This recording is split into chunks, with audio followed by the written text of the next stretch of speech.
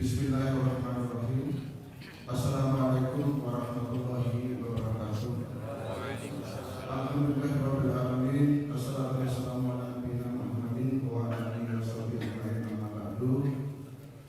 Alhamdulillah, pada subuh hari ini Jumat tanggal 7 September 2022 kita bersama-sama bersahari di masjid yang kita cintai ini bersama Ustaz kita Bapak Dr. Yolanda Amelia LCMA, dan alhamdulillah pada pagi hari ini beliau berkenan mampir sholat berjamaah di masjid yang kita cintai ini. Mengapa? Karena kami kabari bahwa kami pada saat ini Masjid Darul Ahmad Yani sedang membangun, memperbaiki teras masjid bagian selatan, memperindah, memberikan fasilitas kepada jamaah yang betul-betul khusus. Kemudian yang berikutnya sebelah bagian utara akan kami bangunkan tempat duduk untuk bapak-bapak, sehingga dengan harapan kami kehadiran Ustadz kita ini akan memberikan doa restu agar pembangunan yang sedang kami kerjakan ini segera kami bisa selesaikan, dan insya Allah sebelum Ramadan akan diselesaikan. Dan itu semua adalah partisipasi dari seluruh jamaah yang ada di Kota Malang ini. Dan yang terakhir kami sampaikan terima kasih kepada Ustadz berkenan hadir di tempat kami ini. Mudah-mudahan kehadiran jenengan jamaah ini, jamaah sholat masjid kami ini semakin berkah dan kemantapan iman Islam kami tidak semakin diperkuat. Dan ternyata beliau ini orangnya romantis, tidak perlu ada sesuatu yang ditakuti. Kalau kita melihat wajah beliau penuh dengan tanda-tanda surga di hadapan Allah Subhanahu wa Ta'ala.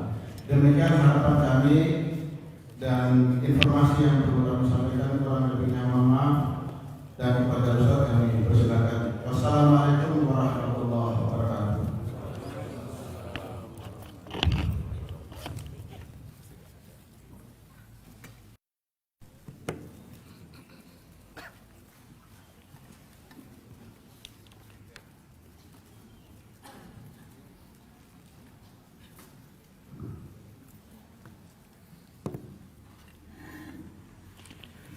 Bismillahirrahmanirrahim. Assalamualaikum warahmatullahi wabarakatuh. Alhamdulillahi ala ihsani wa syukru lahu ala taufiqihi wa amtinani wa asyhadu an la ilaha illallah wahdahu la syarika lahu ta'ziman li sya'ni wa asyhadu anna Muhammadan abduhu wa rasuluhu da'ila ridwani. Allahumma salli alaihi wa ala alihi wa ashabihi wa ikhwani. Para hadirin dan hadirat yang dirahmati oleh Allah Subhanahu wa taala, alhamdulillah pada pagi hari ini kita dimudahkan oleh Allah Subhanahu wa taala untuk bisa berkumpul di masjid ini, untuk bisa salat berjamaah. Semoga salat kita diterima oleh Allah Subhanahu wa taala. Nabi sallallahu alaihi wasallam bersabda, ya basyiril masyaina fi dhulam ilal masajid bin nurit tam yaumal qiyamah. Berilah kabar gembira kepada orang-orang yang berjalan dalam kegelapan menuju masjid untuk salat berjamaah, bahwasanya mereka akan mendapatkan cahaya yang sempurna pada hari kiamat kelak. Semoga kita memperoleh cahaya tersebut. Pada kesempatan kali ini kita akan membahas tentang ayat-ayat dalam surat Ali Imran, mulai ayat 133 sampai insyaallah ayat ke 136 Allah Subhanahu wa taala menceritakan tentang ciri-ciri penghuni surga yang Allah siapkan surga bagi mereka. Allah sifati mereka dengan orang-orang yang muttaqin, dan Allah sifati mereka juga dengan orang-orang yang muhsinin. Mereka adalah orang-orang spesial yang disiapkan surga bagi mereka. Allah Subhanahu wa taala berfirman pada ayat 133, "Wasari'u ila maghfiratin min rabbikum wa jannatin arduhas samawati wal ardu uiddat lil muttaqin." Bersegeralah kalian menuju kepada ampunan Allah dan menuju kepada surga yang luasnya seluas langit dan bumi yang Allah siapkan bagi orang-orang yang bertakwa. Siapa orang bertakwa tersebut? Allah sebutkan 4 sifatnya. Alladzina yunfiquna fis sarra'i wad dharra, yaitu orang-orang yang berinfak. Dalam kondisi lapang mereka berinfak, dan dalam kondisi sulit mereka juga tetap berinfak. Yang kedua, wal kadhiminal ghaidh, yaitu orang-orang yang meredam amarah. Sifat yang ketiga, wal afina 'anil nas, itu orang-orang yang memaafkan terhadap orang-orang yang berbuat salah kepada mereka. Wallahu yuhibbul muhsinin. Allah Subhanahu wa taala kemudian berkata, Allah mencintai orang-orang yang berbuat ihsan. Kemudian kata Allah Subhanahu wa taala, walladzina idza fa'alu fahisha, ini ciri yang keempat. Dan orang-orang jika melakukan perbuatan keji, au dzalamu anfusahum, atau berbuat zalim kepada diri mereka, dzakarullah fastaghfaru lidzunubihim, maka mereka pun mengingat Allah Subhanahu wa taala, lantas mereka beristighfar atas dosa-dosa yang mereka lakukan. Wa may yaghfiru dzunuba illallah, dan siapakah yang bisa mengampuni dosa-dosa kecuali Allah Subhanahu wa taala. Wa lam yusirru ala ma fa'alu wa hum ya'lamun, dan mereka tidak terus-menerus melakukan dosa, ya, dan mereka mengetahui. Ulaika jazaa'uhum maghfiratun min rabbihim, balasan bagi mereka adalah ampunan dari Rabb mereka, wa jannatun tajri min tahtihal anhar, dan surga-surga yang mengalir di bawahnya sungai-sungai, khalidina fiha, mereka kekal di dalamnya, wa ni'ma ajrul amilin, ya, dan sungguhnya itu adalah sebaik-baik pahala bagi orang-orang yang beramal. Inilah ayat-ayat yang akan kita singgung pada kesempatan kali ini tentang orang-orang spesial yang merupakan ciri-ciri penghuni surga. Allah Subhanahu wa taala membuka ayatnya dengan berfirman, wasari'u, dan segeralah. Segeralah menuju ke mana? Ila maghfiratin min rabbikum, menuju ampunan Allah Subhanahu wa taala. Pertama, Allah mengatakan wasari'u, bersegeralah. Dan dalam Al-Qur'an kalau Allah Subhanahu wa taala berbicara tentang amal saleh, Allah suruh cepat. Kadang dalam lafal wasari'u, bersegeralah. Kadang dalam lafal sabiqu, ya, berlombalah, ya.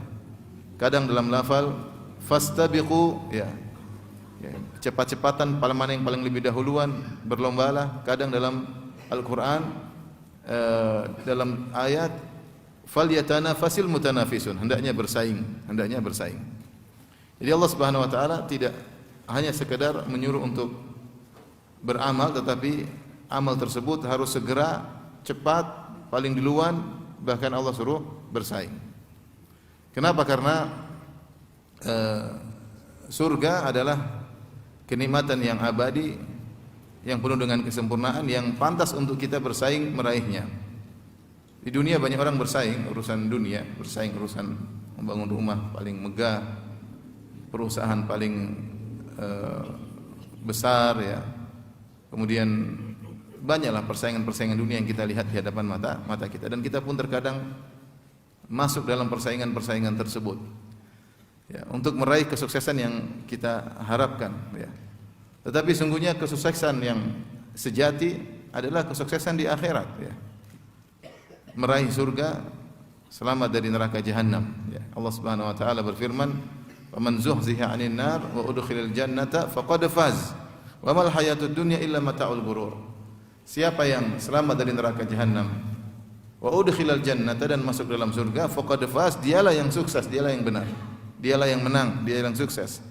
Wa mal hayatud dunya illa mata'ul ghurur, dan tidaklah kehidupan dunia kecuali hanyalah kesenangan yang menipu. Maka kalau orang bersaing dalam urusan dunia, maka jadikanlah persaingan kita dalam masalah akhirat. Kita cepat dalam masalah akhirat. Jangan menunda-nunda ketika berbicara tentang masalah akhirat. Waktu kita sedikit, umur kita terbatas, ya, persaingan tersebut ada waktunya. Jika malaikat maut sudah datang mencabut nyawa kita, maka selesailah persaingan tersebut, selesailah perlombaan tersebut. Yang menang adalah yang berhasil masuk surga. Di dalam surga pun bertingkat-tingkat. Walikullin darajatun mimma amilu, bahwasanya di surga masing-masing sesuai dengan kadar derajat amalan yang dilakukan di atas muka bumi ini, ya. Maka sebagaimana dikatakan oleh Hasan Al-Basri, kalau orang menyaingimu dalam urusan dunia, maka saingilah dia dalam urusan apa? Akhirat. Kita terkadang dalam persaingan dunia kita nggak bisa mengalahkan orang. Ya, gimana dia sudah terlanjur kaya, sejak lahir sudah kaya, gimana mau bersaing dengan orang seperti ini? Dia belum lahir pun dia sudah kaya. Padahal kita baru merangkak, baru berdagang, baru mulai, ya.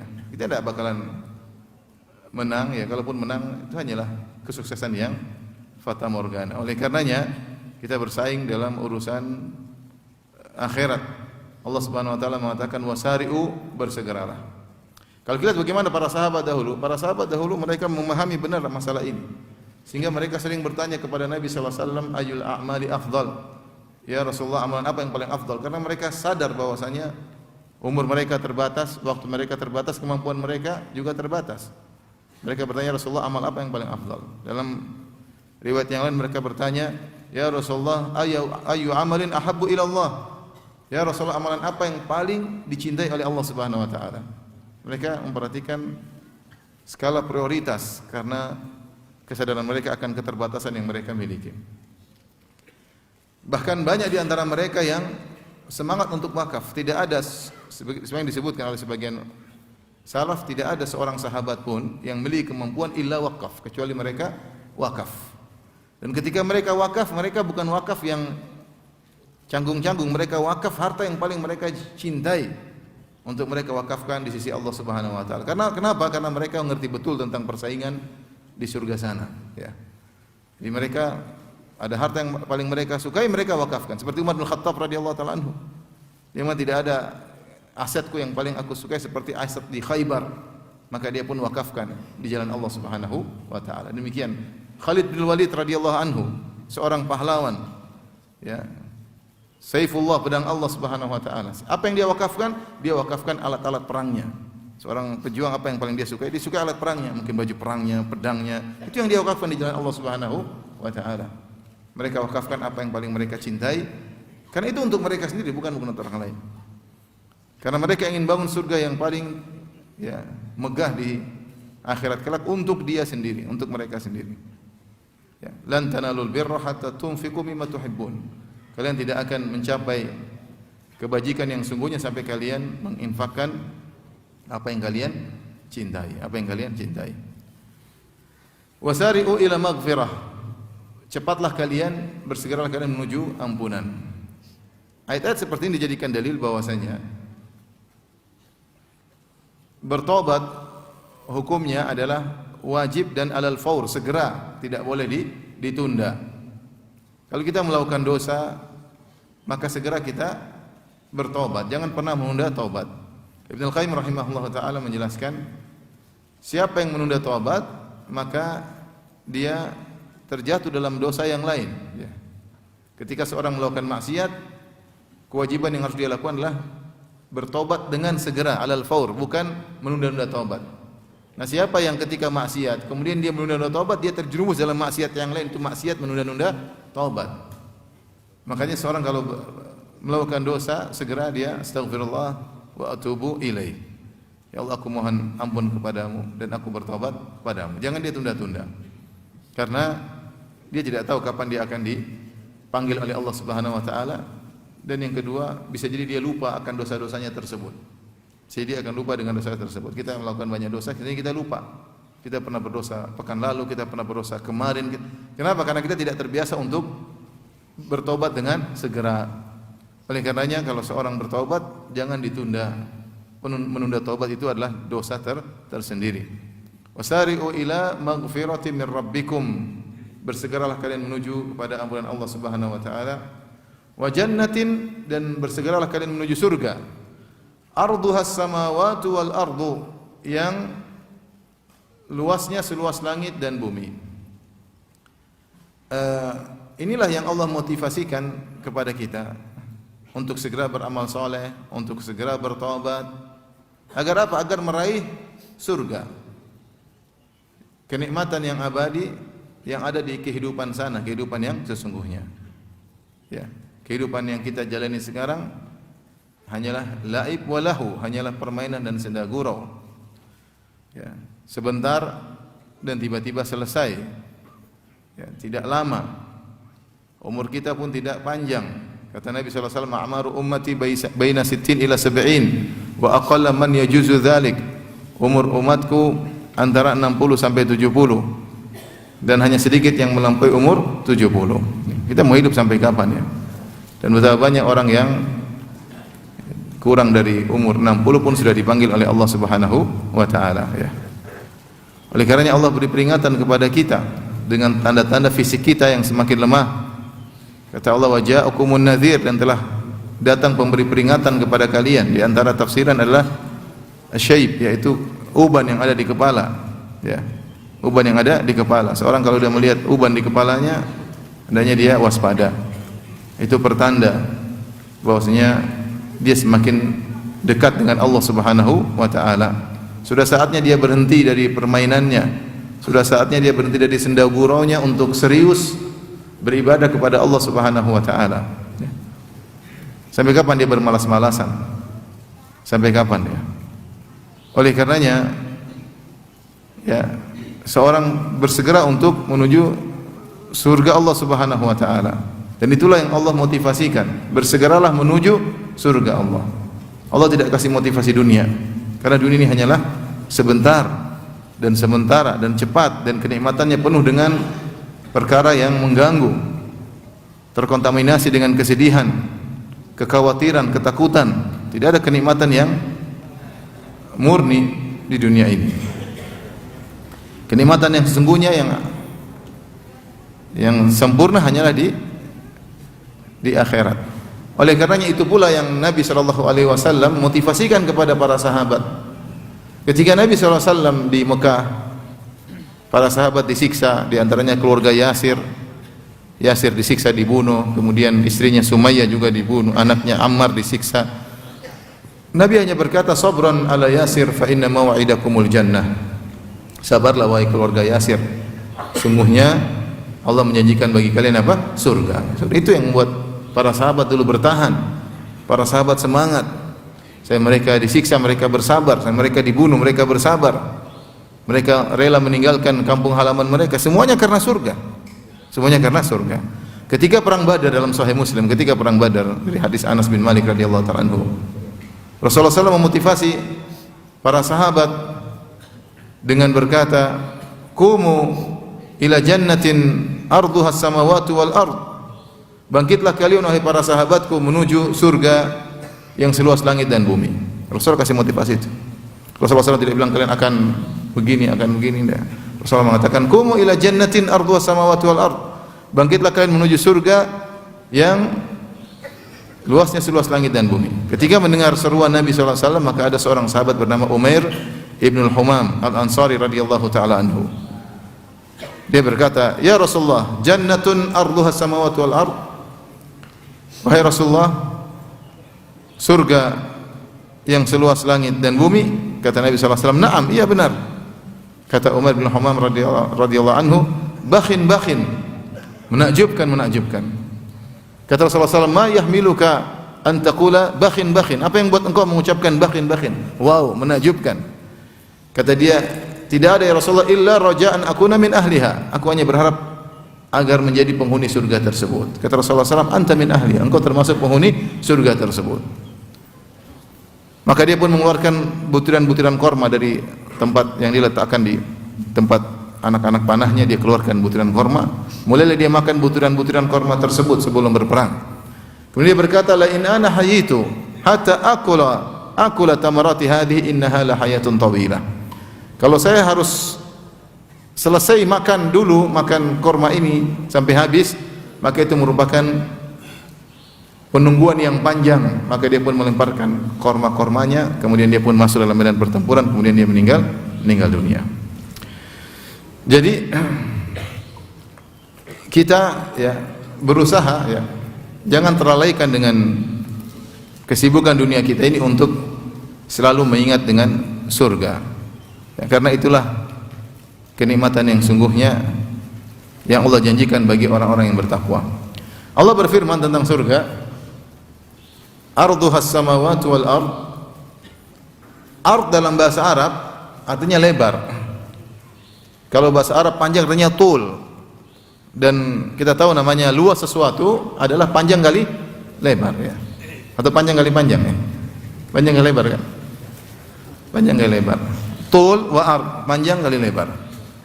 Tetapi yang menakjubkan di sini Allah tidak menyebut tentang panjangnya surga. Allah mengatakan arduha. Sungguhnya sudah biar apa? Saya enggak minum apa. Konsentrasi aja, konsentrasi. Arduha samawati wal ard, yang lebarnya selebar langit dan bumi, ya.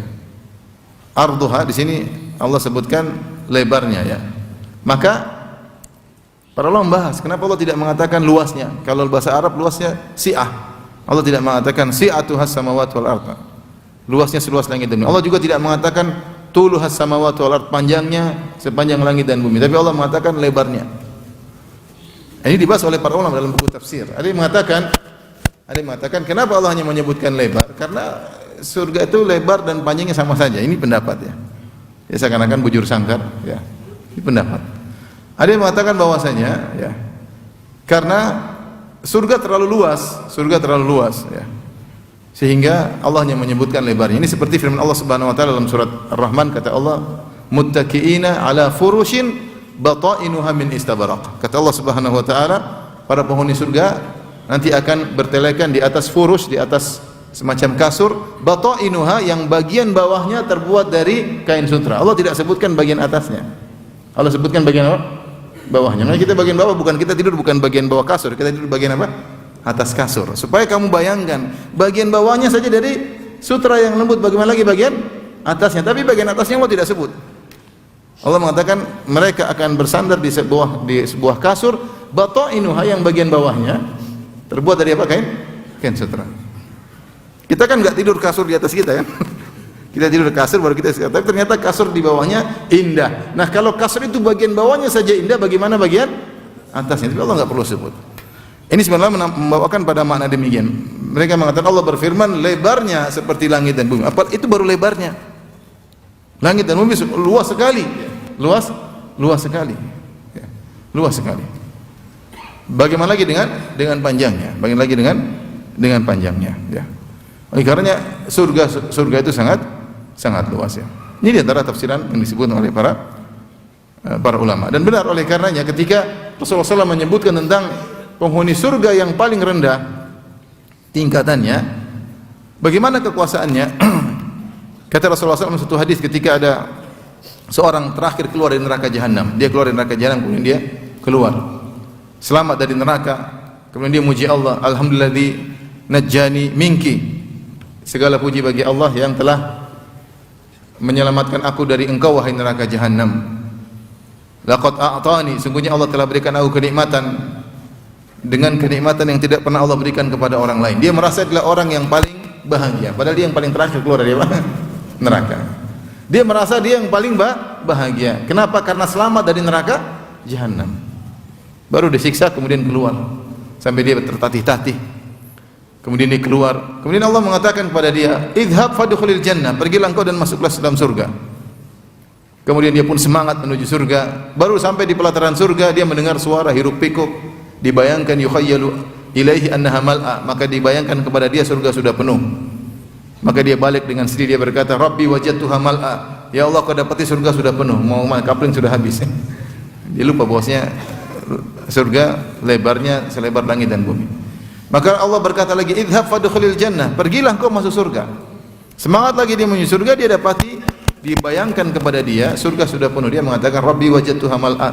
Ya Rabbku, aku dapati surga sudah penuh. Sampai akhirnya ketiga kali Allah mengatakan, "Amatarda anna laka an takuna laka jannah?" Apa kau ridha kau dapat surga, ya, ka ardin wa ashrat amsalha, yang seluasnya seluas bumi dan 10 kali lipatnya. Kata dia, "Ya Rabbi, atahza bi wa anta rabbul alamin." Kata dia, "Rabb, oh ngejek saya ya Allah. Masa saya dapat surga seluas 10 kali lipat apa? Dunia. Annalaka dunya wa asyrata amsalha." Kau ridha kau punya surga luasnya 10 kali lipat dunia. Kata Allah Subhanahu wa taala, "Aku tidak mengejekmu, walakinni ala ma asya'u qadir." Tapi aku kalau ingin sesuatu, aku mampu untuk mewujudkannya. Kata Rasulullah SAW setelah menyampaikan hadis ini, kata Rasulullah SAW, "Dzalika adna ahlil jannati manzilah." Inilah orang yang paling rendah kedudukannya di surga. Dia orang paling rendah di surga, ternyata surganya seluas 10 kali lipat apa? Dunia. Ini menunjukkan bahwasanya surga itu sangat-sangat luas. Sangat-sangat luas ya. Langit aja luasnya seperti apa kita tidak tahu sampai sekarang. Mana pangkalnya, mana ujungnya kita nggak tahu, hanya melihat satu sisi. Yang di depan kita, mata kita tidak bisa melihat ujung dan pangkalnya. Pandangan kita terbatas. Ternyata surga seluas langit dan bumi. Ya. Dan sangat luas ya. Bahkan orang paling rendah di surga mendapatkan surga seluas 10 kali lipat dunia. Orang itu bahagia atau tidak? Pasti bahagia. 10 kali lipat dunia dengan berbagai macam kenikmatan di dalamnya. Kekuasaan yang sangat luas ya. Kalau saya tanya sama antum, siapa yang mau jadi orang ini? Ada yang mau? Mau ya? Mau ya? Paling rendah loh di surga.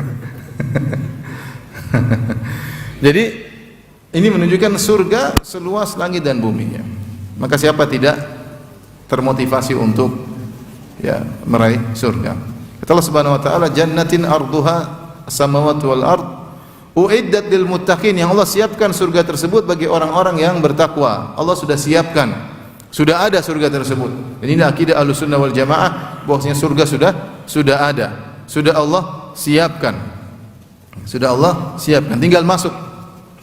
Beda dengan kalau Allah mengatakan akan aku bangunkan ya. Surga belum ada. Ini surga sudah ada, tinggal dimasuki. Kalau ada misalnya bos mengatakan kepada anak buahnya, "Kamu kerja yang baik, nanti saya bangunkan bagi kamu rumah yang indah."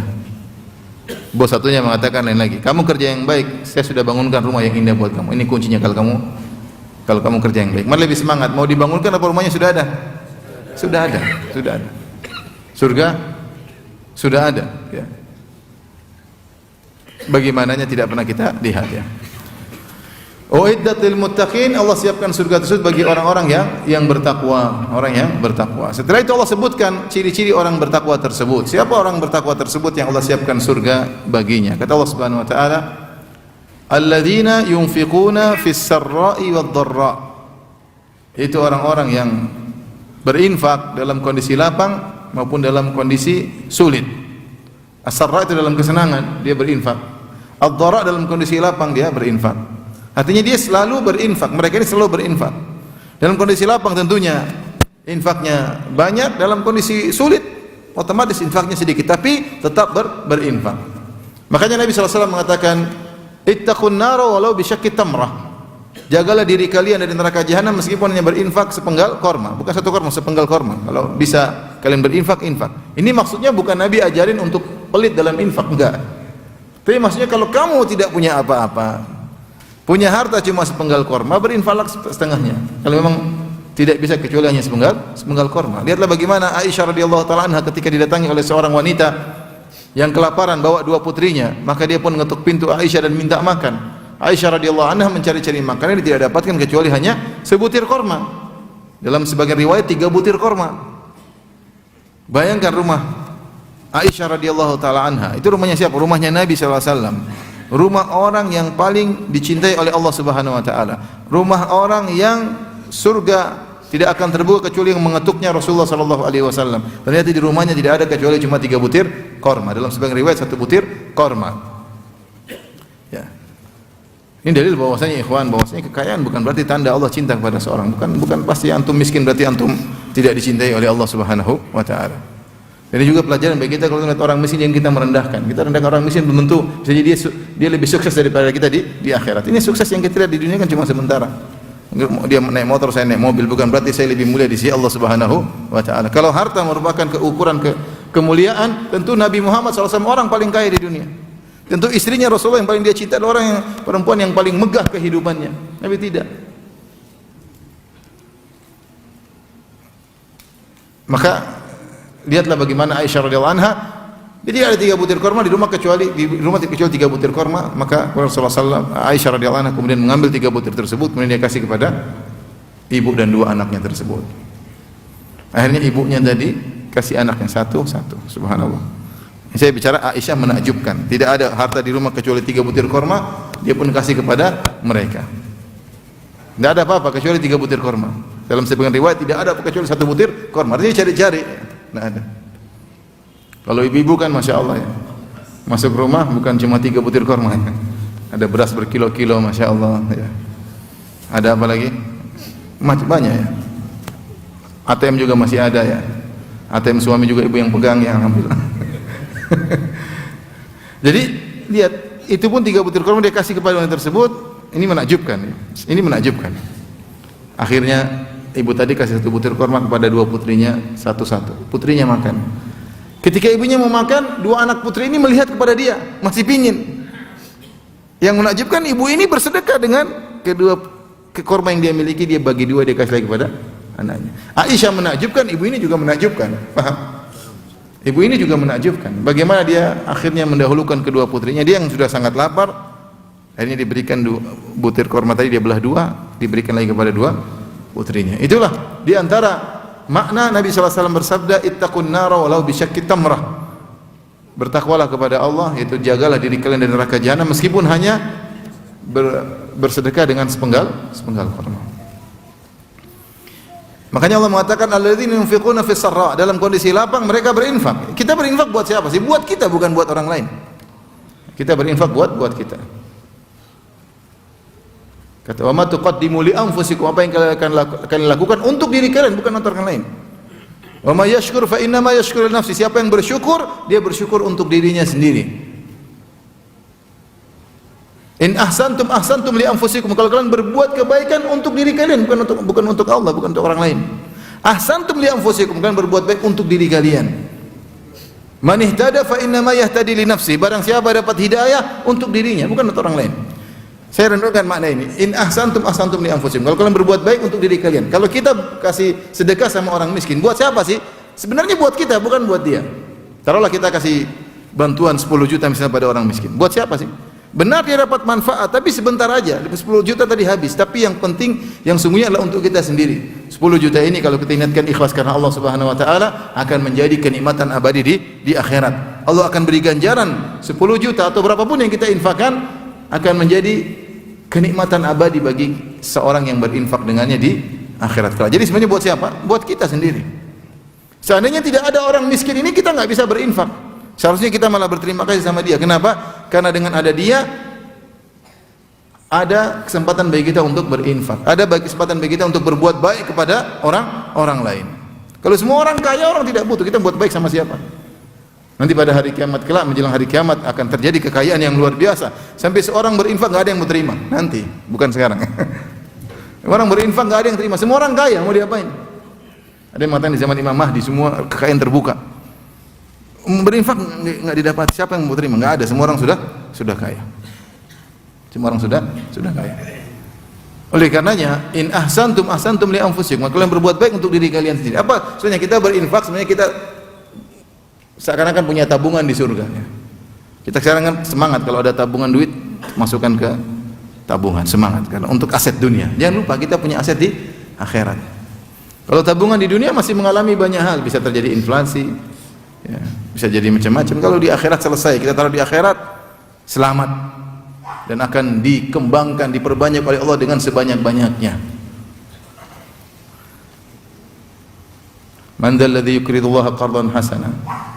Ya, siapa yang memberi utangan kepada Allah, Allah akan yudhaif lahu, Allah akan ya adha'afan katsira, fa yudhaif lahu adha'afan katsira, maka Allah akan berikan ganjaran berlimpah ruah, banyak, menjadi berlipat ganda. Ya, dan itu akan dirasakan di akhirat kelak. Jadi ikhwan dan akhwat yang dirahmati Allah Subhanahu wa taala, ini di antara ciri orang yang bertakwa yang dijamin surga kepada mereka, cirinya senantiasa berinfak. Senantiasa berinfak. Dan ini perlu latihan. Perlu latihan. Jiwa ini diciptakan memang asal dasarnya suka dengan harta, ya. Wa tuhibbunal mala hubban jamma, dan kalian mencintai harta dengan cinta yang banyak, cinta yang besar. Wa innahu li hubbil khairi lasyadid. Sungguhnya manusia itu sangat cinta kepada harta. Apalagi harta tersebut dia sudah cari dengan susah payah, kemudian dia merelakan sebagian, berat bagi dia. Ya. Berat bagi dia. Makanya Allah mengatakan, berinfaklah mimma razaqnakum, dari sebagian yang kami berikan kepada. Allah tidak suruh infakkan semua karena memang sifat manusia seperti itu. Siapa yang mampu menginfakkan seluruh harta? Dia tahu harta itu dari Allah, disuruh infakkan, Allah cuma suruh apa? Sebagian. Oleh karena kita tahu jiwa kita sangat suka dengan harta. Ini sifat manusiawi, suka dengan kekayaan, dengan kemewahan, dengan kesenangan suka. Maka kita harus melawannya untuk kita berinfak. Ya. Kita harus melawan, latih diri kita, keluarkan harta sedikit demi sedikit. Perlu latihan. Nanti sampai pada saatnya seorang mencapai tingkatan mudah bagi dia mengeluarkan apa? Harta. Mudah bagi dia mengeluarkan apa? Harta. Tapi itu perlu latihan dan perjalanan. Ya akhi, kita punya harta ini buat apa sih? Yang penting alhamdulillah kita udah punya rumah, udah punya istri, udah punya anak, udah punya kendaraan, alhamdulillah. Ya sudah, harta berlebihan mau ngapain? Kalau kita meninggal selesai, kita nggak bisa apa-apa buat kita. Ya. Tapi kalau kita infakkan di jalan Allah, ya, maka selesai. Ya. Ada sebuah kisah sekedar seorang, intinya dia dipesanin sama keluarganya, tolong belikan anggur kalau tidak salah. Kemudian dia belikan anggur, ya. Kemudian intinya dia terlambat datang ke rumah, dia suruh orang kirim anggur tersebut ke rumahnya, ya. Dengan harapan mereka akan makan bareng-bareng. Kemudian ketika dia pulang terlambat, ternyata anggur atau makanan yang dikirim tadi sudah habis. Orang rumah lupa sama dia. Orang rumah lupa sama dia. Kemudian dia tersadarkan, saya masih hidup saja, saya dilupakan oleh orang rumah. Gimana kalau saya sudah meninggal dunia? Maka dia pun kemudian fokus untuk berinfak di jalan Allah Subhanahu wa taala. Ya. Yang Allah tidak akan pernah melupakan apa? Kebaikannya. Artinya kita ada waktu untuk keluarga, tapi kita juga harus pikir diri kita sendiri, ya. Kita siapkan aset buat anak, istri, safety buat masa depan mereka, gampangannya bahasa kita. Tapi kita masa depan kita jangan kita lupakan. Kita masuk alam barzakh sendirian, tidak ada yang menemani. Tapi kalau kita banyak infak, masuk dalam alam barzakh dalam kondisi bahagia. Kenapa? Amal soleh akan menemani kita. Amal soleh akan menemani kita, ya. Ya, seorang berinfak dengan yang dia mampu. Kalau tidak punya harta, dia bisa beramal soleh yang lain. Tapi yang punya harta, alladzina yunfiquna. Di sini Allah menggunakan fi'il mudhari, alladzina yunfiquna, orang yang berinfak. Allah tidak mengatakan alladzina anfaqu. Allah tidak menggunakan past tense. Orang-orang yang telah berinfak, Allah menggunakan kata yunfiquna, apa present tense yang berkesinambungan. Alladzina yunfiquna, orang yang senantiasa berinfak, tidak berhenti berinfak. Nanti kapan lagi waktu berinfak? Ada harta lagi dia infak, ada harta lagi dia berinfak. Terus demikianlah kebiasaan dia. Alladzina yunfiquna fis sarra, dalam kondisi lapang dia berinfak banyak. Wad dharra, dalam kondisi sulit bukan dia pelit, tidak, tetap dia ada meskipun sedikit. Meskipun hanya sepenggal korma. Ini ciri pertama. Masing-masing kita renungkan. Kita sudah masuk ciri pertama atau belum? Bukan orang-orang yang yabkhaluna fis sarra'i wad dharra, orang-orang yang senantiasa pelit dalam kondisi lapang maupun dalam kondisi sempit. Lapang aja pelit, apalagi kalau lagi enggak punya, super pelit. Kalau udah kena penyakit pelit repot. Penyakit mau diapain? Dia enggak mau sedikit pun keluar hartanya. Pelit. Nanti dia undang orang makan sama teman-teman. Ini saya diceritain, Ustaz, ada teman subhanallah kalau kita pergi makan bareng-bareng, waktunya bayar dia bilang, aduh saya lupa dompet saya. Semuanya yang bayar. Lupa dompet saya. Nanti kalau dia kita numpangnya bareng naik mobil, iya naik mobil, ketika ngambil barang mampir di pom bensin, patungan dong beli bensin, subhanallah. Teman-teman suruh beli bensin apa? Bareng-bareng. Pelit. Jangan seperti itu, ya. Sampai disebut dalam kisah Al-Bukhala. Ada buku judulnya Al-Bukhala, kisah orang-orang pelit, ya. Ada seorang miskin punya teman orang kaya. Kalau orang miskin teman orang kaya kan biasanya enak ditraktir terus. Tapi ini miskin punya teman orang kaya, menjengkelkan, ya. Karena orang kaya ini apa? Pelit. Jengkel lah kita punya teman orang kaya datang pakai mobil mewah, terus waktu makan kita sudah bayar sendiri-sendiri kan. Ini parah, ya. Jadi dia punya teman kaya tapi sangat pelit. Akhirnya dia ingin beri pelajaran kepada temannya. Maka si miskin ini mengumpulkan uang, dia undang temannya untuk makan di rumahnya. Dia ingin jelaskan, saya saja kemampuannya terbatas bisa undang orang makan. Diundanglah si kaya untuk makan di rumahnya, disiapkan makanan enak.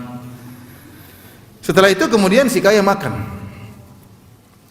Ketika dia makan banyak sekali, makan banyak, mumpung gratis kan, orang pelit gitu. Kalau beli mungkin dia sedikit-sedikit, ini karena gratis dia makan sebanyak-banyaknya. Dilihat terus makan sebanyak-banyaknya. Harapan si miskin, si kaya ini sadar, ya. Saya miskin aja bisa ngundang kamu makan. Dia makan sebanyak-banyak, akhirnya kebanyakan dia muntah. Ketika dia muntah dia menangis. Maka si miskin tanya, kenapa kamu menangis? Saya menangis karena rugi nih, ada yang keluar, rugi. Subhanallah. Jadi orang kalau udah pelit susah ya. Kalau orang sudah pelit, yang menderita dirinya menderita dan orang sekitarnya menderita. Benar, dia menderita. Dia punya duit beli sesuatu, kayaknya enggak lah. Mau beli ini, aduh enggak lah. Dia sendiri menderita. Sampai kalau dia sakit, dia cari dokter yang murah. Sampai akhirnya ada orang meninggal gara-gara dokter yang murah. Misalnya itu mahal ngapa? Buat dirinya saja dia pelit. Subhanallah. Saya kenal seorang, dia meninggal gara-gara demikian. Dia mau berobat ke Jakarta, mahal. Enggak langsung dokter di sini. Akhirnya peralatan enggak cukup, meninggal. Sama dirinya saja pelit, apalagi sama orang sekitar, sama keluarganya, sama istrinya.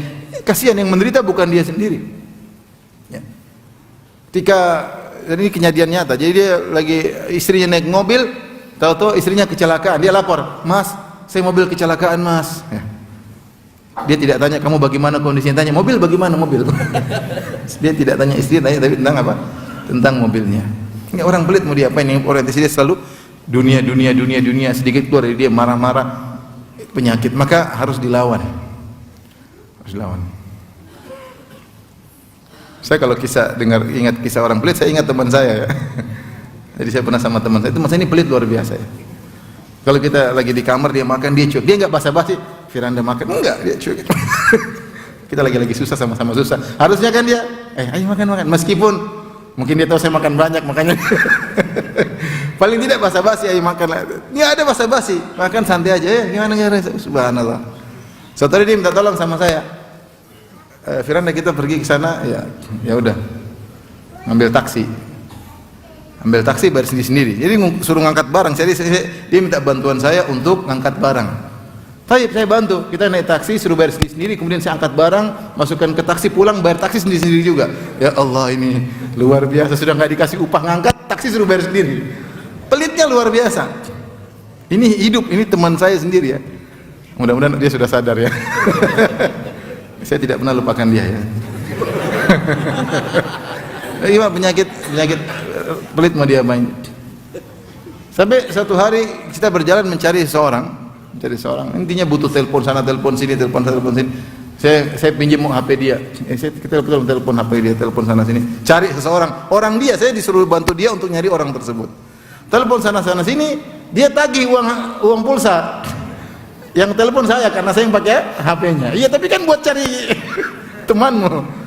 Pelitnya luar biasa ya. Tapi ya saudara, ini kisah nyata ya, bukan main-main. Jadi ikhwan, pelit itu harus dilawan, jangan dibiarkan. Antum rugi sendiri. Ya. Kata Allah, "Ma yabkhal fa innama yabkhal an nafsih." Siapa yang pelit, dia pelit pada dirinya sendiri. Benar. Pelit harta dia sendiri rugi. Dia menderita, anak istrinya menderita, teman-teman yang dekat dia menderita. Ya. Dadanya sempit, sedikit-sedikit perhitungan. Kalau ada yang rusak sedikit marah-marah, orang pelit suka marah-marah. Kalau suka marah-marah biasanya pelit ya. Kenapa? Kan kalau ada satu yang rusak, dia langsung orientasinya, pikirannya apa? Dunia berapa? Oh, ini mahal, marah, suka marah. Kehilangan sedikit marah. Kalau orang lapang dada santai aja. Orang sering berinfak. Alladzina yunfiqun, yang senantiasa berinfak fis sarra, ketika dia punya harta banyak dia berinfak. Wad dharra, ketika dalam kondisi sudah juga dia tetap berinfak. Ini ciri yang pertama, kita selesai. Dan tadi sudah diumumkan ya. Makanya saya ingin tahu antum termasuk yang sudah diumumkan tadi, masjid ada keperluan untuk apa? Untuk pembangunan ya, maka ya buktikanlah di hadapan Allah bahwasanya kita termasuk ciri-ciri orang yang tersebut ya. Seberapa saja, kalau antum nggak punya kecuali sepenggal korma, itu sepenggal korma antum kasih buat masjid ya. Kalau nggak ada kecuali roti yang tadi baru dibagikan, sepenggal roti. Sebisanya. Itu bukan buat orang lain, buat kita sendiri, buat kita sendiri. Ya. Ciri yang kedua, alladzina yunfiquna fis sarra'i wad dharra wal kadhiminal ghaidz, orang yang meredam amarah. Ini juga ibadah yang sulit, ya. Kalau kita perhatikan tadi, wal kadhiminal ghaidz, orang berinfak, orang-orang yang meredam amarah, orang yang memaafkan manusia, ya. Ini Allah sekarang bicara tentang akhlak, tentang akhlak. Ternyata ibadah bukan cuma dengan harta, ibadah juga bisa dengan apa? Akhlak, dan itu luar biasa pahalanya. Kita terkadang nggak mikir bahwasanya meredam amarah, maafkan orang itu ibadah. Padahal itu ibadah dan ciri orang bertakwa dan sebab masuk apa? Surga. Pikiran kita namanya masuk surga ya umroh, haji, ya, baca Quran, khatam Quran, hafal Quran. Oke, itu sebab-sebab masuk surga. Tapi di antaranya adalah ibadah-ibadah yang istimewa yang Allah sebutkan secara khusus dalam Al-Quran. Allah sifati dengan al-muttaqin, yaitu al-kadhiminal ghaidz, orang-orang yang meredam amarah. Al-kadham, kata para ulama, secara bahasa maksudnya seorang yang seperti dia ngisi air, si air imtala, dia ngisi apa namanya, siqa, ada tempat air, dia isi yang terbuat dari apa namanya, terbuat dari kulit, dia isi sampai di ujung. Kalau dia tambah lagi airnya sudah mau tumpah, maka dia ikat, ya kadhim, dia ikat mulut dari tempat air terbuat dari kulit tadi, sehingga meskipun sudah penuh tidak apa, tidak tumpah. Itu disebut kadhim, dia menahan, dia mengikat.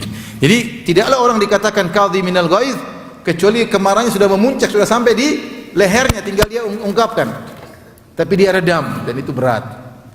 Jadi api kemarahan sudah berkobar, bukan baru menyala, baru sulut, enggak, sudah berkobar, tinggal dia lampiaskan, tapi dia bisa redam.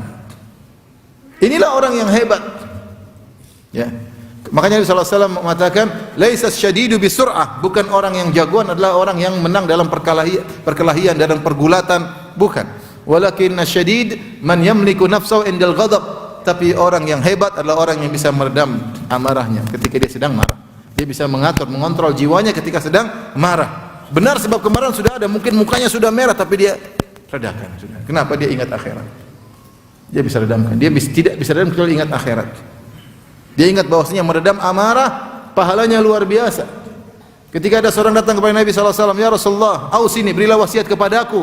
Dia ingin masuk surga dengan wasiat tersebut. Kata Rasulullah SAW, la taghdab, jangan kau marah. Dia ulangi lagi, ya Rasulullah, berilah wasiat kepadaku. Seakan-akan dia ingin minta wasiat yang lain. Kata Rasulullah SAW, la taghdab, jangan marah, sampai 3 kali. Ada lagi datang, ya Rasulullah, dullani ala amalin idza amiltu dakhaltul jannah wala tuksir alayya. Ya Rasulullah, tunjukkanlah kepadaku satu amalan yang jika aku lakukan praktis masuk surga, jangan banyak-banyak amalan. Saya ingin amalan praktis masuk apa? Surga. Kata Rasulullah SAW, la taghdab, jangan apa? Jangan marah. Ini kelihatannya sepele, tapi ini tidak sepele di sisi Allah. Kenapa? Karena seorang meninggalkan sesuatu yang dia bisa lampiaskan karena Allah. Karena Allah ini bernilai di sisi Allah. Bukan karena dia lagi mau marah, tahu-tahu dia redam. Kenapa? Karena ternyata musuhnya tersebut punya backingan, akhirnya dia tidak jadi marah karena dia takut. Bukan itu. Tapi dia mampu untuk melampiaskan kemarahan, dia mampu untuk ngomel, dia mampu untuk memecat, dia mampu untuk, tapi enggak. Mau gampar, mau apa? Enggak. Dia tahan dirinya. Seperti tadi, air sudah diisi, sudah penuh, mau tumpah, sebentar lagi dia ujungnya dia ikat, sudah enggak jadi apa? Tumpah. Sebentar lagi luber. Dia ikat. Itu namanya al-kadhiminal ghaidz. Kita mungkin tidak senantiasa mengalami kondisi tersebut. Namun ada saat-saat kita mengalami kondisi seperti ini. Sudah di puncak kemarahan. Tinggal kita keluarin, tinggal semprot sebentar lagi. Tapi kita tahan karena Allah sudah sabar, redakan. Allah ingat hal ini dan Allah catat sebagai tanda-tanda ketakwaan. Kita marah tapi tidak selamanya seperti ini kondisinya. Ya, sudah sampai mencapai puncak, kita bisa tahan. Itu luar biasa. Ciri-ciri penghuni surga. Makanya dalam hadis kata Rasulullah SAW, man kadhama ghaidhahu wa huwa yaqdiru ala an yunafidhahu da'ahu Allahu yaumal qiyamah ala rusul khalaiq hatta yukhayyirahu min ayyil huri sya'a. Siapa yang meredam amarahnya padahal dia mampu untuk melampiaskannya, ya, dia meredam, padahal dia mampu untuk melampiaskannya, maka Allah akan panggil dia pada hari kiamat di hadapan banyak orang. Allah akan tenarkan dia, Allah akan sahorkan dia, Allah panggil, "Hai fulan." Di hari kiamat kelak semua orang melihat siapa si fulan tersebut. Ini orang dulu meredam apa? Amarah. Da'ahu Allahu yaumal qiyamah, Allah panggil dia ala ru'usil khalaiq, di hadapan manusia. Sampai Allah suruh dia milih bidadari mana yang dia sukai. Suruh pilih bidadari yang dia sukai. Amalnya sederhana, secara kelihatan sederhana tapi tidak sederhana di sisi Allah, yaitu meredam apa? Amarah. Makanya kalau ada orang buat antum marah, antum sabar. Kalau istri antum buat antum marah, antum sabar. Kok enggak marah mas? Rasulullah bersabda, ya, siapa yang meredam amarah lalu mampu melampiaskannya, maka Allah akan nyuruh dia milih bidadari mana yang dia sukai. Ya, sabar, tenang. Gitu. Kok tiba-tiba hilang mas? Jelas ya. Qala Rasulullah sallallahu alaihi wasallam. Jadi ini butuh penghayatan ya. Tapi ini pahalanya besar ya. Jadi dia meredam amarah sehingga tidak nampak amarah tersebut meskipun dengan kata-kata. Redam karena Allah sudah selesai. Udah. Karena Allah saya tinggal semua, jangan marah. Ya. Ini ibadah yang luar biasa. Ini ciri yang kedua, al-kadhiminal ghaiz. Yang membuat kita marah banyak. Kita ada orang SMS kita bisa bikin marah. Ada orang komentar bisa bikin kita marah. Pulang ke rumah lihat kondisi bisa bikin kita marah. Banyak buat. Karena dunia ini begitu, tidak ada yang memuaskan. Kalau memuaskannya pun hanya sedikit dan terkontaminasi dengan kesedihan dan kekhawatiran. Itulah dunia. Nah, ciri yang ketiga yang Allah sebutkan, kata Allah, wal afina 'anin nas. Orang-orang yang memaafkan orang lain yang berbuat zalim kepadanya. Ini lebih sulit lagi. Ya. Ini lebih sulit lagi. Ada orang yang meredam amarah tapi dia jengkelnya tidak hilang tapi dia redam. Kalau ini enggak, dia sudah tidak marah dan dia sudah apa? Memaafkan. Dia berlapang dada. Ini lebih sulit lagi. Lebih sulit lagi. Makanya Allah sebutkan wal afina 'anin nas. Sama Allah menggunakan wazan isim fa'il. Al-kadhimin itu wazan isim fa'il. Kalau kita belajar bahasa Arab, al-kadhimin itu fa'ilin. Kemudian wal afina demikian wazannya fa'ilin, isim fa'il. Dan isim fa'il maknanya mirip dengan fi'il mudhari', yaitu present tense yang menunjukkan apa? Kesinambungan. Senantiasa suka memaafkan orang lain. Ini ibadah sangat sulit dan tidak setiap saat bisa kita lakukan. Kenapa? Karena ibadah ini hanya bisa dilakukan kalau ada orang menzalimi kita, baru bisa kita kerjakan. Kapan kita memaafkan orang? Kalau kita dizalimi sama orang tersebut. Kalau tidak ada yang menzalimi, ngapain kita maafkan? Enggak ada yang saya maafkan kamu, apa kesalahan saya dimaafkan saya? Tapi maafkan itu baru bisa kita praktekkan kalau ada orang zalimi kita.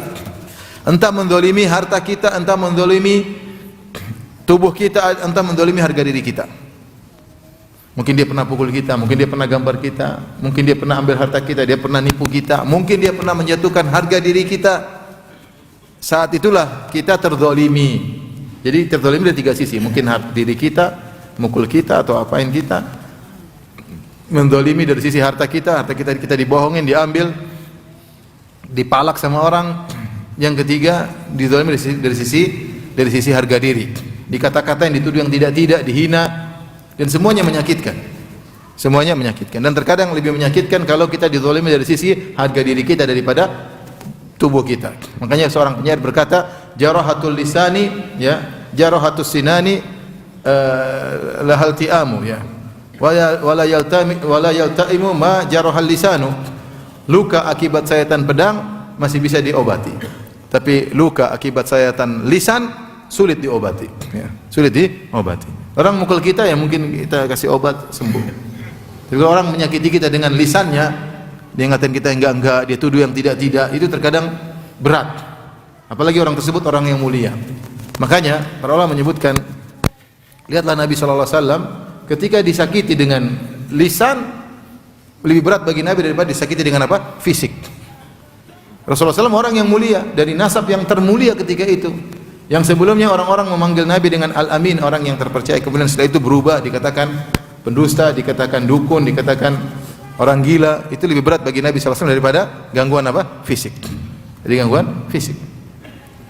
Oleh karenanya, ketika kita dizalimi dengan kezaliman apapun, kita ingat ayat ini. Wal afina 'anin nas. Maafkanlah orang-orang, ya.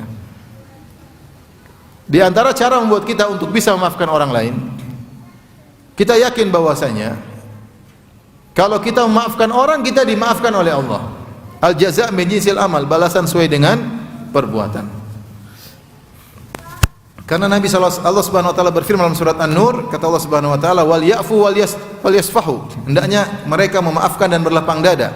Ala tuhibbuna ayaghfirallahu lakum? Tidakkah kalian suka kalau Allah mengampuni kalian? Jadi kalau kita maafkan, kita dimaafkan. Kita sadar dosa kita banyak, ikhwan. Kita dosa omongan, dosa penglihatan, dosa pendengaran, dosa kita banyak. Nah, kalau ada orang zalimi kita, kesempatan bagi kita untuk diampuni oleh Allah. Caranya gimana? Maafkan dia.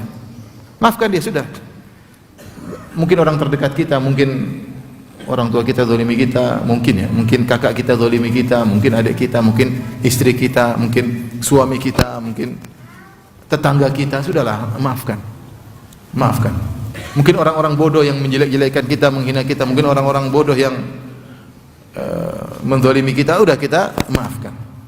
Karena kalau kita maafkan, kita akan diampuni oleh Allah Subhanahu wa taala. Kita mungkin sudah astagfirullah, tapi istighfar kita enggak serius. Mungkin kita sudah salat taubat, tapi taubat kita enggak serius. Allah punya cara agar kita benar-benar diampuni. Caranya gimana? Kita dizalimi orang, kemudian kita maafkan dia. Selesai. Ini paling mudah agar kita mudah memaafkan orang lain. Agar kita dimaafkan oleh Allah, kita sangat butuh dengan ampunan. Yang bikin kita masalah di dunia pun di akhirat dosa. Yang bikin kita masalah di dunia di akhirat adalah apa? Dosa. Dosa itu punya dampak. Yang kita masalah di rumah tangga, masalah dalam dakwah kita, masalah dalam perusahaan kita, semua karena dosa yang kita lakukan. Ini baru dunia. Belum masalah kalau kita dapatkan di alam barzakh. Masalah kenapa? Karena dosa-dosa kita. Belum di akhirat kelak. Di antara sarana agar dosa-dosa kita diampuni adalah dengan kita memaafkan orang lain. Taib, ikhwan dan akhwat yang rahmati Allah Subhanahu wa taala, di antara sarana agar kita mudah memaafkan orang lain, ini sangat penting juga. Kita meyakini itu sudah ditakdirkan. Ya. Maka di antara wasiat Nabi kepada para sahabat untuk meyakini wa ma asabaka lam yakun liyukhti'ak. Apa yang menimpamu dan sudah tercatat di Lauhil Mahfuz, maka tidak akan meleset. Ini membuat kita sangat mudah maafkan. Kita diginiin orang, dikata sudah takdir mau diapain. Enggak mungkin kita menghindar.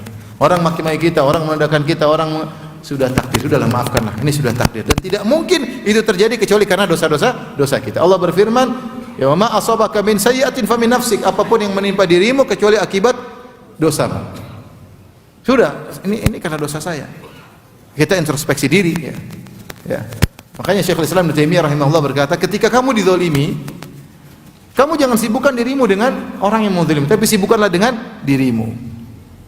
Agar Allah mengangkat musibah tersebut. Wa ma rufi'a al-bala illa bitaubah. Tidaklah diangkat musibah kecuali dengan taubat. Wa ma nazala al-bala illa bidzam. Tidaklah bala musibah menimpa kecuali karena dosa, dan tidaklah diangkat kecuali karena apa? Taubat. Ketika kamu, kata Syekhul Islam Taimiyah dalam dia menyebutkan tentang 20 sebab untuk sabar.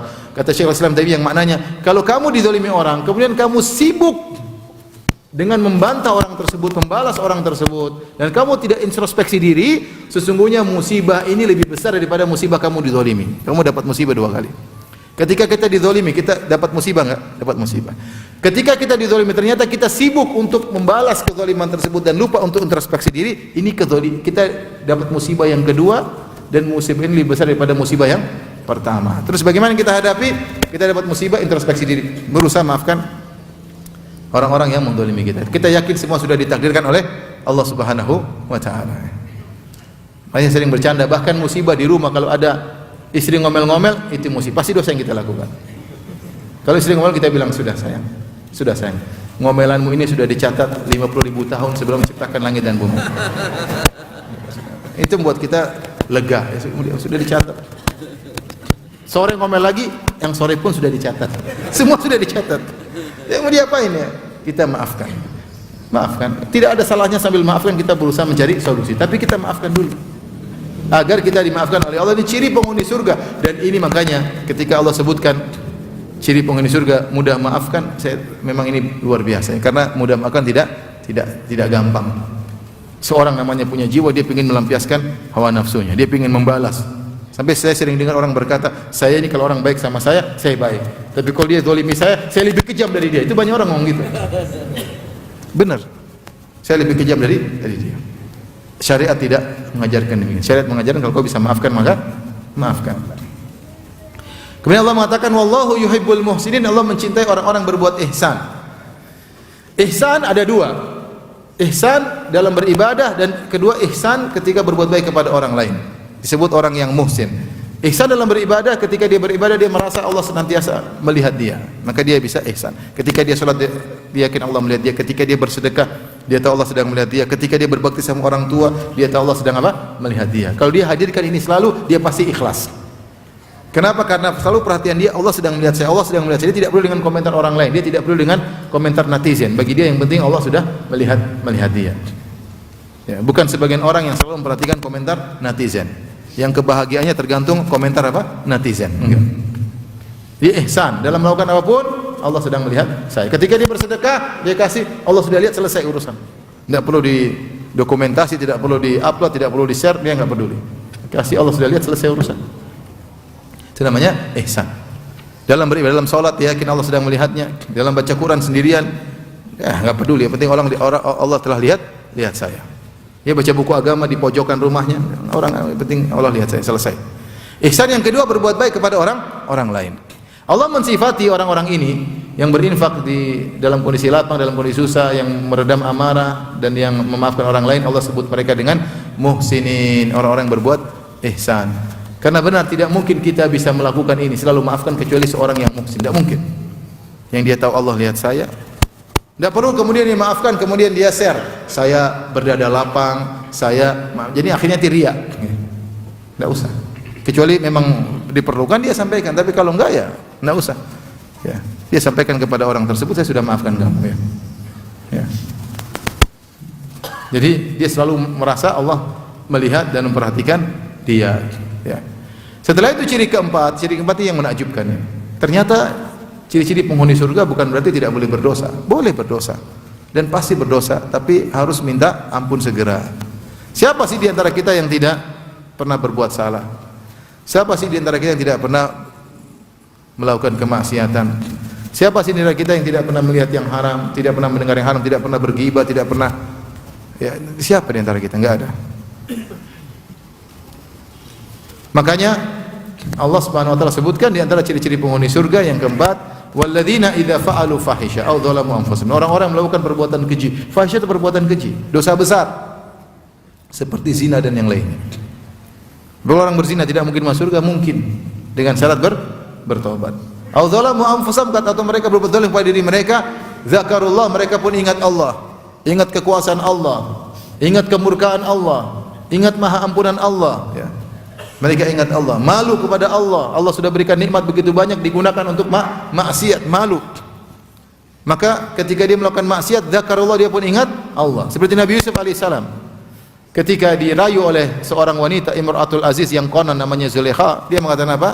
Ya, Innahu Rabbi ahsana mathwaya, innahu la yuflihul zalimun.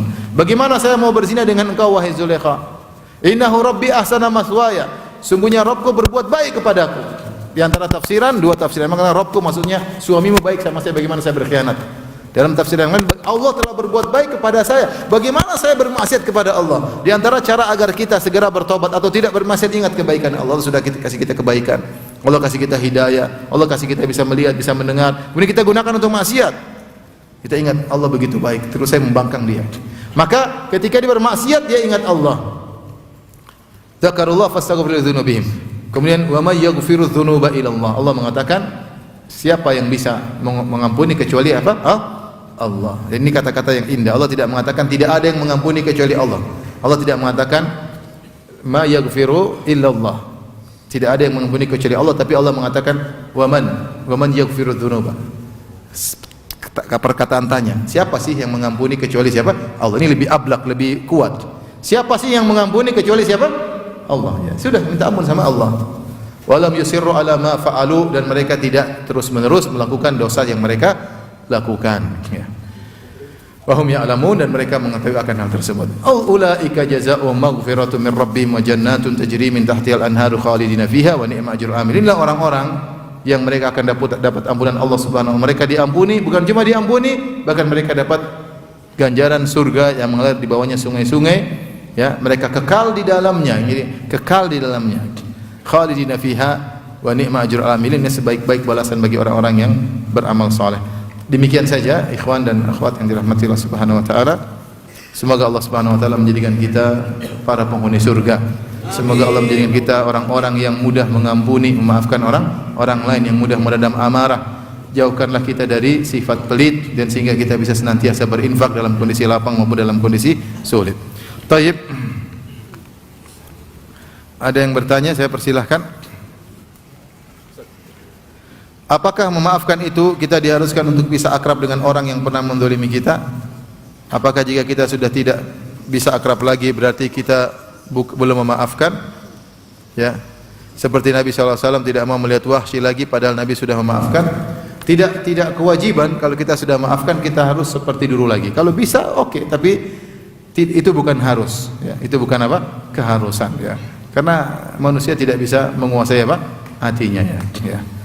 Nabi SAW ketika memaafkan Wahsy sudah masuk Islam, Rasulullah SAW mengatakan, ini istata'ta alla turiyani wajhak faf'al. Kalau kau mampu tidak menampakkan wajahmu, maka lakukanlah. Wallahu a'lam bishawab. Itu bukan berarti Nabi tidak, karena Nabi memang tidak pernah berinteraksi dengan Wahsy sebelumnya. Tetapi Nabi kemungkinan tidak ingin mengingat, bukan marah kepada Wahsy, bukan. Nabi tidak ingin ingat apa pamannya. Karena kalau Nabi lihat Wahsy, Nabi pasti ingat siapa? Hamzah, dan Nabi sangat cinta sama Hamzah. Jadi Nabi menghilangkan sebab-sebab yang menimbulkan kesedihan. Sehingga Rasulullah SAW mengatakan, kalau bisa kau tidak menampakkan wajahmu di depanku, lakukanlah. Nabi juga manusia ya. Tapi kalau dia ingin ketemu Nabi, silakan. Nabi sebelumnya tidak punya hubungan apa? Yang khusus dengan siapa? Wahsy. Tapi kalau kita lihat yang lainnya, bagaimana orang-orang ingin membunuh Nabi, Nabi jadi baik sama mereka luar biasa. Ya. Tapi Wahsy ini ada kisah khusus. Kenapa dia membunuh seorang yang sangat dicintai oleh siapa? Nabi. Dan kalau Nabi lihat dia, pasti Nabi ingat siapa? Hamzah. Makanya Nabi ingin tidak ada sebab kesedihan. Wallahu alam. Tapi kalau kita makan orang tidak harus, karena yang mendolimi kita tidak mesti orang dekat. Yang ngata-ngatain kita, menuduh kita, merendahkan kita, menghina kita, belum tentu orang dekat. Kalau orang dekat kita nggak harus dekat sama dia. Maafkan, selesai. Orang bodoh, sudah, mau diapain? Mereka bodoh, nggak ngerti saudara kita. Mereka terkena syubhat, mereka termakan isu. Terus mau diapain? Daripada kita jengkel-jengkel, mereka juga tidak berubah, mending kita maafkan. Memang kalau kita jengkel-jengkel kemudian dia jadi baik, kan enggak. Mungkin kita marah, kita jengkel, dia semakin tambah parah. Ya sudahlah, mending kita maafkan, kita tenteram, hati nyaman. Orang kalau maafkan, dia nyaman di dunia sebelum nyaman di akhirat. Dia kalau maafkan, hatinya tenang, ketemu istri bisa ketawa ke TV, ketemu anak-anak bisa. Coba kalau dia marah, sampai rumah, istrinya kena dampaknya, karena dia sedang apa? Marah. Gimana mas? Apa mungkin dia marah sama istrinya, pokoknya istrinya mau melayani dia tidak tidak respon. Kenapa? Karena dia masih dendam. Jadi kalau kita memaafkan, tidak harus kita dekat dengan orang tersebut. Kalau orang itu yang pernah menzalimi kita adalah orang dekat, tidak harus kita kembali dekat sama dia. Yang penting kita sapa, kita tidak usah dendam, kita baik sama dia, selesai. Kita sudah masuk dalam wal afina anin nas. Bagaimana cara menghilangkan bisikan setan untuk kesyirikan? Misal bisikan untuk menghina Allah dan yang lainnya. Kita bilang a'udzubillahi minasyaitonir rajim. Kita ini rendah, akal kita enggak sampai. Apa yang Allah takdirkan Allah yang lebih tahu. Ada hikmah-hikmah di balik tersebut. Namun kita tidak sampai akal kita. Ya. Akal kita enggak sampai. Enggak, kita pikir anak kecil. Kalau kita larang terkadang dia marah, enggak boleh main ini. Dia marah, dia enggak ngerti. Padahal di balik larangan tersebut adalah kebaikan. Terkadang kita jewer dia marah-marah, dia nggak ngerti. Padahal jeweran itu untuk memperbaiki apa? Dirinya. Ya itu gampangannya, itu sederhana. Artinya banyak yang Allah lakukan pada kita, kita nggak ngerti. Tapi yakinlah itu demi kebaikan kita yang jelas kita terima dengan baik. Jangan kita maki-maki, jangan kita marah Allah Subhanahu wa taala.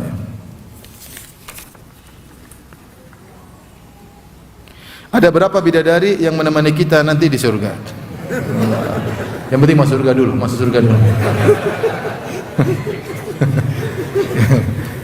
Nanti urusan di sana. Kan di sana ingin minta apapun pasti dikabulkan. Walakum fiha ma tashtahi anfusukum. Apa yang kalian minta, walakum fiha ma tad'un, apa yang kalian hasratkan, kalian minta pasti dikabulkan. Ada seorang salaf dikatakan, apa yang kau inginkan? Saya ingin kalau saya di surga, kemudian ada awan yang lewat. Ada awan yang lewat, terus saya ingin awan tersebut menurunkan hujan, tapi hujannya hujan bidadari. Baik, sudah selesai pertanyaan? Ketika berinfak tadi ada perasaan pengen lihat orang gitu. itu langsung kita tahan dulu sampai bersih atau Kalau kita berinfak ada perasaan ingin dilihat orang, kalau bisa kita tahan agar hilang perasaan tersebut, baik. Tapi kalau enggak, infak aja, lawan aja. Kita langsung auzubillahi minasyaitonirrajim. Ya Allah, saya sudah berusaha ikhlas, kau lebih tahu. Bismillah, sudah berjalan. Akhi, masya Allah, udah cuy. Itu ujian. Jadi ada sebagian riwayat dari salaf, jadi dia sholat, Allahu Akbar, kemudian setan datang. Kamu sholat panjang-panjangkan buat orang supaya muji. Dia lebih manjangkan lagi sholatnya. Dia bilang karena Allah, bukan karena kamu apa? Setan. Jadi dia lawan. Jadi begini, seorang berusaha berinfak tidak dilihat, ya, berusaha. Tapi kalau ada yang lihat nggak ada masalah, kita nggak usah kasih aja. Itu kadang-kadang takut riya itu karena tidak biasa. Tapi kalau sudah biasa nggak ada pikiran. Insya Allah. Yang penting kita latih diri kita. Misalnya kita membaca Quran, antum di mana di pesawat baca Quran. Kadang-kadang baca Quran nggak enak, dilihat bidadari, lihat apa pramugari. Nggak enak nanti. Itu karena kita jarang. Tapi kalau setiap antum naik pesawat antum baca Quran, cuek aja, nggak ada pikiran. Nah, jadi kita kenapa? Karena tidak terbiasa. Kalau terbiasa kita cuek. Tapi tadi bukan terbiasa riya, tapi terbiasa kita ngelawan. Insya Allah. Jadi berusaha untuk kita berinfak, berusaha tidak dilihat orang. Tapi ada kondisi kita nggak bisa kecuali dilihat. Dilihat sudah bismillah, kasih aja, kasih aja. Ya. Sampai nanti kita terbiasa ya. Sekarang kalau ketemu sebagian orang-orang yang terbiasa infak, masya Allah, mungkin kalau dia nggak berinfak dia gelisah, uangnya mau dia apa? Diinfakkan. Ada orang-orang seperti itu. Ya. Seperti Rasulullah SAW ketika meninggal, Rasulullah SAW tanya, masih ada harta? Aisyah bawakan beberapa potongan emas. Kata Rasulullah, bagaimana saya ketemu Allah sementara masih ada harta ini di tanganku? Subhanallah. Antum bagaimana ketemu Allah sementara harta masih banyak? Nanti dihisab repot kan? Repot.